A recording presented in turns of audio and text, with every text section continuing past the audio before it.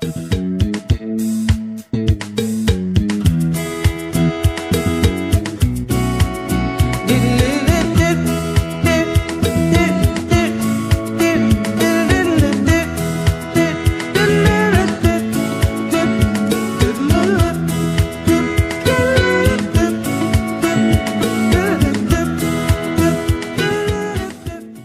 my name is Stephen Sindoni. Thank you for tuning into the broadcast of the History of Opium. In today's program, I will put the spotlight on opium. It is my hope that providing you, the viewer, with a brief history of opium, you will have a much better understanding of the reason for an endless war in Afghanistan and any other country that has an abundant supply of opium. Some of the information I will cite today can be found in a book written by Martin Booth entitled Opium, A History. I will begin the narrative with a quote written by Andre Malraux. Opium teaches only one thing, which is that aside from physical suffering, there is nothing real. And now on to the brief history of opium, man's fate. 3400 BC.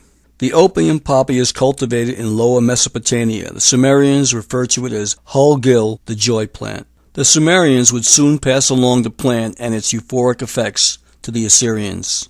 The art of opium poppy culling would continue from the Assyrians to the Babylonians, who in turn would pass their knowledge on to the Egyptians. 1300 BC.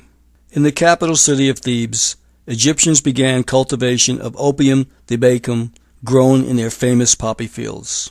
The opium trade flourishes during the reign of Thutmose IV, Akhenaten, and King Tutankhamun. The trade route included the Phoenicians and Minoans, who moved the profitable item across the Mediterranean Sea into Greece, Carthage, and Europe. 1100 BC. On the island of Cyprus, the peoples of the sea craft surgical quality culling knives to harvest opium, which they would cultivate, trade, and smoke before the fall of Troy. 460 BC. Hippocrates, the father of medicine, dismisses the magical attributes of opium, but acknowledges its usefulness as a narcotic and styptic in treating internal diseases, diseases of women, and epidemics. 330 BC. Alexander the Great introduces opium to the people of Persia and India. A.D. the year 400. Opium thibacum from the Egyptian fields at Thebes is first introduced to China by Arab traders. 1020 A.D. Avicenna of Persia teaches that opium is the most powerful of stupefaccients. 1300 A.D. Opium disappears for 200 years from European historical record. Opium had become a taboo subject for those in circles of learning during the Holy Inquisition. In the eyes of the Inquisition, anything from the East was linked to the devil. 1500 A.D. The Portuguese, while trading along the East China Sea, initiate the smoking of opium. The effects were instantaneous, as they discovered, but it was a practice the Chinese considered barbaric and subversive. 1527 A.D. During the height of the Reformation, opium is reintroduced into European medical literature by Paracelsus as laudanum. These black pills or stones of immortality were made of opium thibacum, citrus juice, and quintessence of gold and prescribed as painkillers. 1600 A.D. Residents of Persia and India begin eating and drinking opium mixtures for recreational use. Portuguese merchants carrying cargoes of Indian opium through Macau directs its trade flow into China. 1601 A.D. Ships chartered by Elizabeth I of England are instructed to purchase the finest Indian opium and transport it back to England. 1620 to 1670 A.D. Rajput troops fighting for the Mughals introduced the habit of taking opium into Assam. Opium is given daily to Rajput soldiers. From the year 1637 onwards, opium becomes the main commodity of British trade with China. 1680 A.D. English apothecary Thomas Sydenham introduces Sydenham's laudanum, a compound of opium, sherry wine, and herbs. His pills, along with others of the time, become popular remedies for numerous ailments. 1700 A.D. The Dutch export shipments of Indian opium to China and the islands of Southeast Asia. The Dutch introduced the practice of smoking opium in a tobacco pipe to the Chinese. 1729 A.D. Chinese Emperor Yung Cheng issues an edict prohibiting the smoking of opium and its domestic sale except under license for use as medicine. 1750 A.D. The British East India Company assumes control of Bengal and Bihar, opium-growing districts of India. British shipping dominates the opium trade out of Calcutta to China. 1753 A.D. Linnaeus, the father of botany, first classifies the poppy, Papaver somniferum, sleep-inducing, in his book Genera Plantarum. 1767 A.D. The British East India Company's import of opium to China reaches a staggering 2,000 chests of opium per year. 1773 A.D. East India Company assumes monopoly over all the opium produced in Bengal, Bihar, and Orissa. Warren Hastings introduces system of contracts. Contracts for dealing in opium were awarded through auction. 1793 A.D. The British East India Company establishes a monopoly on the opium trade. All poppy growers in India were forbidden to sell opium to competitor trading companies. 1796 A.D. The import of opium into China becomes a contraband trade. Silver was smuggled out to pay for smuggled opium in. 1797 A.D. East India Company introduced Bengal Regulation 4 to enable appointment of opium agents for purchase of opium from cultivators and its processing at factories owned by the Company of Patna and Grazipur. 1799 A.D. China's Emperor Kia King bans opium completely, making trade in poppy cultivation illegal. 1800 A.D. The British Levant Company purchases nearly half of all the opium coming out of Smyrna, Turkey, strictly for importation to Europe and the United States. 1803 A.D. Friedrich Serturner of Paderborn, Germany, discovers the active ingredient of opium by dissolving it in acid, then neutralizing it with ammonia. The result, alkaloids, principium, somniferum, or morphine. Physicians are tricked into believing that opium has finally been perfected and tamed.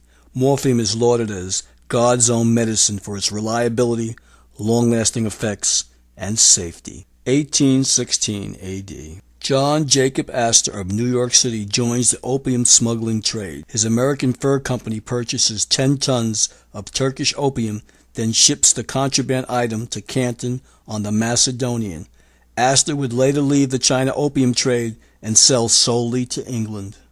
1819 A.D. Writer John Keats and other English literary personalities experiment with opium intended for strict recreational use, simply for the high, and taken at extended non-addictive intervals. 1821 A.D. Thomas De Quincey publishes his autobiographical account of opium addiction, Confessions of an English Opium Eater. The year now is 1827, a very significant year. It is the year the E. Merck Company of Darmstadt, Germany begins commercial manufacturing of morphine. 1830. It was in this year that the British dependence on opium for medicinal and recreational use reaches an all-time high of 22,000 pounds of opium is imported from Turkey and India. And the Jardine Matheson and Company of London inherit India and its opium from the British East India Company once the mandate to rule and dictate the trade policies of British India are no longer in effect. The year now is 1837. Elizabeth Barrett Browning falls under the spell of morphine. This, however, does not impede her ability to write poetical paragraphs.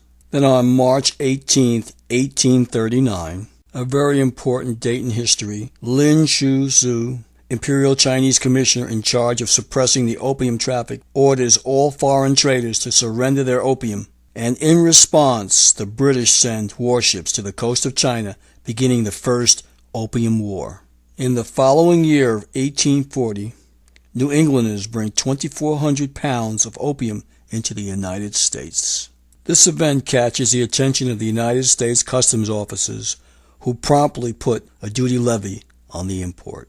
In the following year of 1841, the Chinese are defeated by the British in the First Opium War. Along with paying a large indemnity, Hong Kong is ceded to the British. Then in the following year of 1842, the Treaty of Nanking between the Queen of Great Britain and the Emperor of China is signed.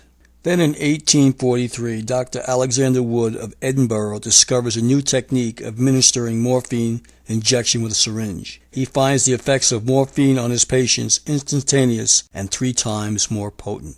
Then in 1852, the British arrive in Lower Burma, importing large quantities of opium from India and selling it through a government-controlled opium monopoly. In 1856, the British and French renew their hostilities against China in the Second Opium War. In the aftermath of the struggle, China is forced to pay another indemnity. The importation of opium is now legalized. 1886. The British acquire Burma's northeast region, the Shan state. Production and smuggling of opium along the lower region of Burma thrives despite British efforts to maintain a strict monopoly on the opium trade. Then in 1890, the United States Congress, in its earliest law enforcement legislation on narcotics, imposes a tax on opium and morphine. Then in 1895, Heinrich Dresser, working for the Bayer Company of Elberfeld, Germany, finds that diluting morphine with acetylus produces a drug without the common morphine side effects. Bayer begins production of diacetylmorphine and coins the name heroin. Heroin would not be introduced commercially for another 3 years. At the beginning of the early 1900s, efforts by the British and French to control opium production in Southeast Asia are successful. Nevertheless, this Southeast region, referred to as the Golden Triangle, eventually becomes a major player in the profitable opium trade during the 1940s. And it was during this time that the majority of illegal heroin smuggled into the United States would be coming from China and would be refined in Shanghai and Tientsin. But that would all change in the early 1940s during World War II. Opium trade routes would be blocked and the flow of opium from India and Persia would be cut off. Fearful of losing their opium monopoly, the French encouraged Hmong farmers to expand their opium production. From 1945 to 1947, there is a shift in power. The United States now plans to take a more active role in the opium trade. Burma now gains its independence from Britain at the end of World War II. Opium cultivation and trade flourishes in the Shan states. The United States now enlists the help of Bhumibol Adulyadej to assassinate his brother and then ascend to the throne of Thailand. And once this key component was put into place, the United States was now able to use Thailand as a major player in drug distribution. And with the help of Bhumibol Adulyadej of Thailand, the United States military was able to forge alliances with tribes and warlords who inhabited the areas of the Golden Triangle, now making it possible to conduct the illegal drug trade throughout the world. The war on communism in Southeast Asia was only a smokescreen for the drug dealing that was going on. And now with the key component in place, Bhumibol Adulyadej of Thailand, the United States was able to maintain their relationship with the warlords while continuing to fund the struggle against communism. The U.S. and France would supply the drug lords and their armies with ammunition, arms, and air transport for the production and sale of opium. The result, an explosion in the availability and illegal flow of heroin into the United States and into the hands of drug dealers and addicts. Between 1965 and 1970, the United States' involvement in Vietnam is blamed for the surge in illegal heroin being smuggled into the United States. By 1972, heroin exportation from Southeast Asia's Golden Triangle, controlled by the Shan warlord Kung Sha, becomes a major source for raw opium in the profitable drug trade. And without the coup d'etat or the executive action to kill President John F. Kennedy, none of this would all be possible. And who is responsible for this drug trade? His name is George Herbert Walker Bush, former 41st President of the United States. And that is why Afghanistan is now the #1 producer of heroin throughout the world. And also explains why our United States troops are guarding the poppy fields. And the web of deception does not stop there. Our 44th President of the United States, Barack Hussein Obama, is really the son of King Bhumibol of Thailand. Believe it or not. The war on terror is only a war of deception and lies.